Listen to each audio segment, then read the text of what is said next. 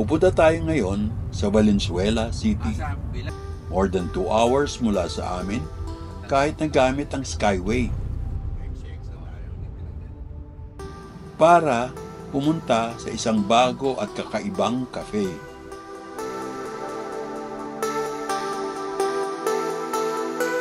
Nandito na tayo sa ating destinasyon, sa Cartoons and Comics Cafe sa Paso de Blas na pag-aari ni Architect Ed Padilla.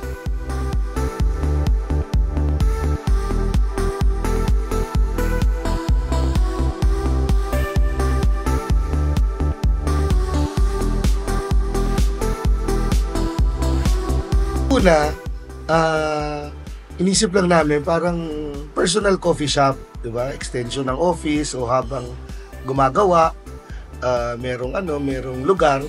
Pero naisip namin na magandang magandang showcase ng mga artwork sa mga trabaho ng mga nasa bahay koleksyon, mga bigay ng mga kaibigan, 'di ba, na about comics and cartoons. Tapos kaysa nga nasa bahay lang, 'di ba, mas magandang makita na rin ng ibang mga tao, ma-enjoy, ma-appreciate ng mga tao yung art ng comics at saka ng cartoons dito sa Pilipinas. Masarap ang kape at finger foods dito. Pero pumunta tayo dito hindi para sa menu, kundi para mag-drawing. Narito ang ilang members ng Samahang Kartunista ng Pilipinas or SKP para drawingan ang walls ng isang conference room ng cafe. Parang itsurang mural. Ang SKP ay isa sa mga aktibong samahan ng artist sa atin. Madalas nga, nasa mga iba't ibang Comic-Con at book fair.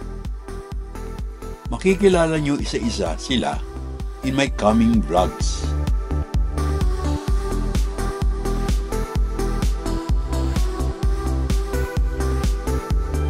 Gamit ay acrylic paint at markers.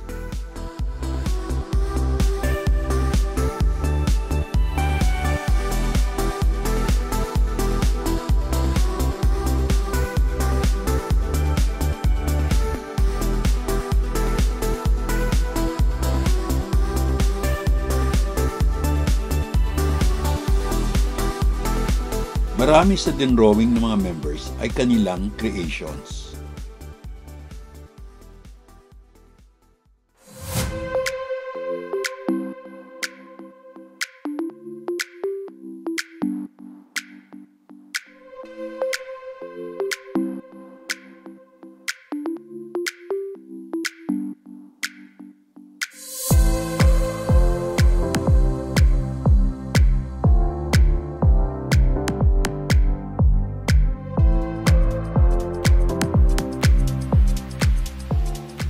Ang ginawa ko ay mula sa aking comic strip noon na Zacarias ang title.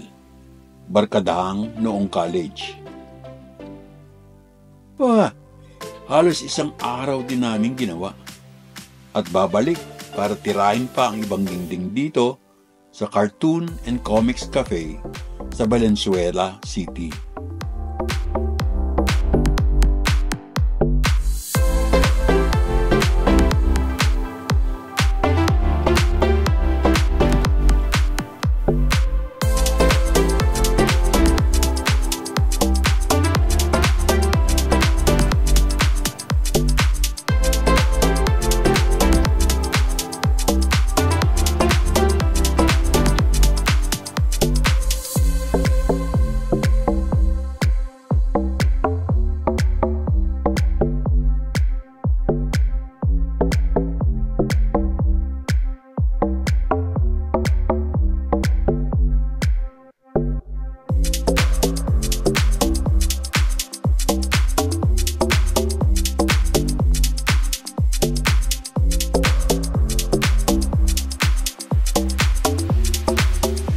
Yung theme, di ba? Yung theme nga natin kasi we really designed this para maging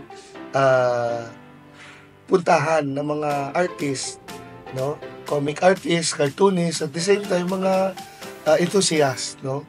it's a hub, no? Kaya makita nyo naman yung lugar, parang ano siya, kumbaga conducive para doon, para pwede ka dito gumawa ng artwork, may deadline, dito ka, or iba gusto mag-aral. I even have a mini library. Yung mga libro ko noon about comics and cartooning, meron tayo dyan para yung mga gusto mag-research na hindi ganyan available sa ibang library, meron tayong mga libro para magamit nila. So, isa yan sa mga unique. Other than, siyempre, yung masarap nating mga kape. Isang group photo muna bago mag-uwian. Ingat po kayo sa inyong sariling mga biyahe